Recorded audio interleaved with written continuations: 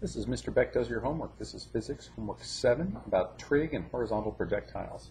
Question number 1 says, a truck travels up a hill with a 6.6 degree incline. The truck has a constant speed of 25 meters per second.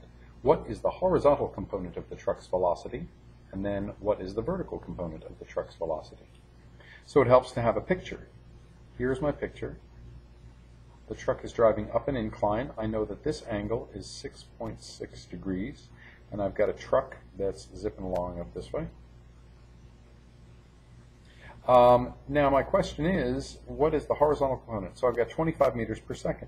Now that 25 meters per second is also in this direction, 25 meters per second. So if the truck's driving up a 6.6 incline, then this 25 meters per second is also angled 6.6 degrees. So let me focus in on that.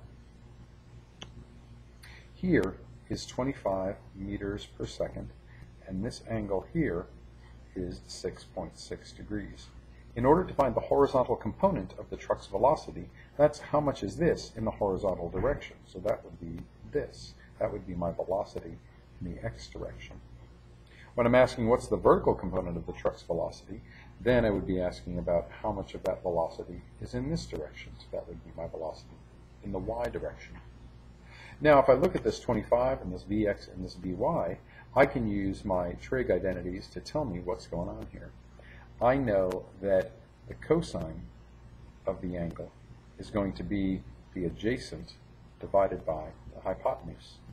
In this case, my adjacent is my velocity in the x direction, and my hypotenuse is going to be my 25 meters per second.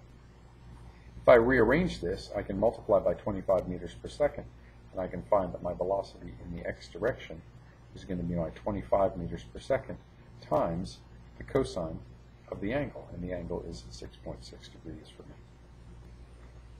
So if I do 25 cosine 6.6, that will give me my velocity in the x direction. I can use the same logic for the vertical component of the velocity. Well, that's my velocity in the y direction. Well, my velocity in the y direction, I know that the sine of theta is my opposite over my hypotenuse. So if I multiply by hypotenuse, I get my hypotenuse times the sine of theta is going to be my opposite side. So my opposite side is my velocity in the y direction. So my velocity in the y direction is going to be the hypotenuse, which is 25 times the sine of theta. That's times the sine of, for me, 6.6 degrees. So 25 sine of 6.6 will give me my velocity in the y direction, which is the y component of the velocity, which is my answer to number 2. Make sure your calculator is reading in degrees, because if it's in radians, this answer will be wrong, and this answer will be wrong. So make sure you switch your calculator to degrees.